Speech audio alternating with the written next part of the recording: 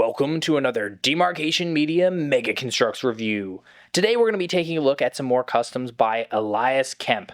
Now if you haven't seen the other videos I've done of his work, I will put a little card up in the corner. Highly recommend you go and watch those. And without any further ado, let's just go ahead and grab some of those figures. Flood customs are a staple of the Halo community, and I've looked at Elias's other Flood customs, and today we have a Flood Heretic Elite, which makes a lot of sense, seeing as the mission that you play, where you're fighting Heretic Elites, there are a lot of Flood spores involved too. And look at this. His head is all the way out here. Look, what is that little tube? His leg is all covered in biomass. Now, what I thought was really interesting here is this arm is actually fused at the upper part, so it now only has articulation this way. And, well, up and down too, but there's no shoulder articulation, which actually makes it kind of creepier because then the arm can just be bent out the wrong direction. The Flood little tendrils are actual Mega Flood tendrils that he painted up and glued inside there. And then it's got a big, like, mauling arm there. This is really cool. Really well done.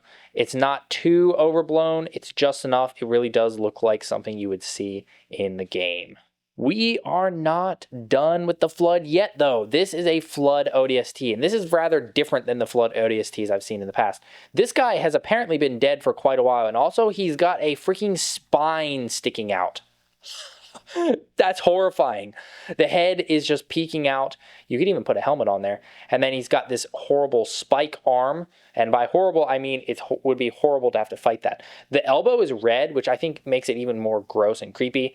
The legs have some kind of rescue hero chonkiness going on. And then this arm is just normal, the only kind of normal part of the figure.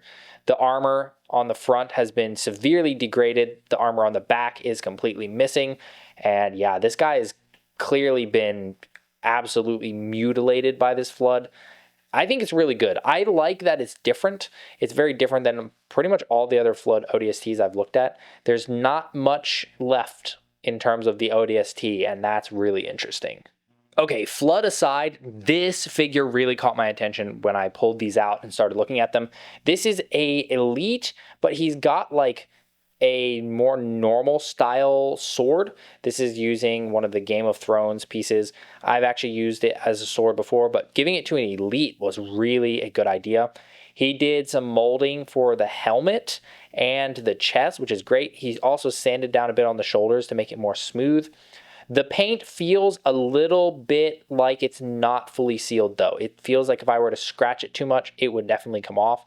Slightly gummy still. So to get around that, you just have to make sure you use the right types of sealers and use enough. Paintwork does look great though. The purple and the gold is fantastic. And then the silver dry brushing over the whole thing really sells the whole look. He looks like a type of Elite that you would not see a lot of, like a one-of-a-kind type of a character.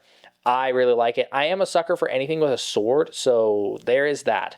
But I do think that this was done really, really well. He's also just really fun to pose. Like, he's got some nice posability. Speaking of things with swords, how about a hunter with a sword? This guy has a huge blade attached onto his gun arm, and I guess some gun barrels too. But holy moly, first of all, that sword has seen some use. But a hunter with a sword, when they do their like big smash attack, like, oh, imagine if that had a sword on the end. That's terrifying. There's also this really, I don't know what piece this is. It's a really chonky shoulder piece. And he had both this little Gatling gun and a shield in there. So I'm assuming he made that swappable. The shield makes sense, I would say, with the sword, and then a Gatling gun, because he doesn't have his big plasma gun anymore. What I found really interesting, though, was he's got Spartan helmets impaled on the spines. So clearly this dude does not really care much for Spartans, and he just tears through them. And either they just end up stuck on his spines, or he collects them like Grievous collects lightsabers. So either way, you probably don't want to meet this guy on the battlefield. That's pretty cool. I do like the idea of a hunter having a big giant sword. Lastly, we have this Brute Captain with a very classy color scheme, red, gold, and silver. Kind of makes me think of Iron Man. Looks really nice. I really love this. I like the color balancing. It's done really well.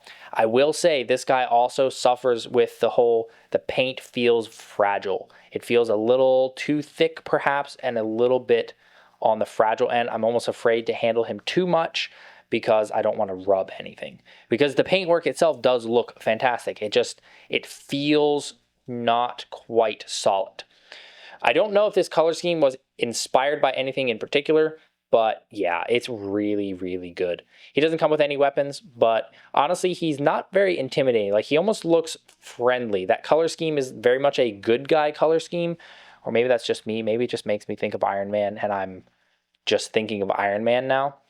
I do like it. Like I said, the paint just feels a bit fragile. And there you have it. That is another batch of customs from Elias Kemp. I really like the creativity that's going on here, especially with that hunter. Really different than a lot of the things I see. The elite sword dude, perfect. Definitely my favorite out of the lineup. The brute, great color scheme. Just needs a bit of work on getting that paint to the point where it feels solid. And then the flood customs are just great. It's always good to get more flood customs because there's a lot of variations you can do. And these two in particular strike me as a little bit different. They stand out a little bit from other ones that I've looked at. So big thank you to Elias Kemp for sending these along for me to look at. I don't believe he has anywhere that he posts these, so I don't have any links to give you guys, but let me know down in the comments what you think of these. Thanks so much for watching. If you enjoyed this video, please leave a like and consider subscribing, and I'll see you next time.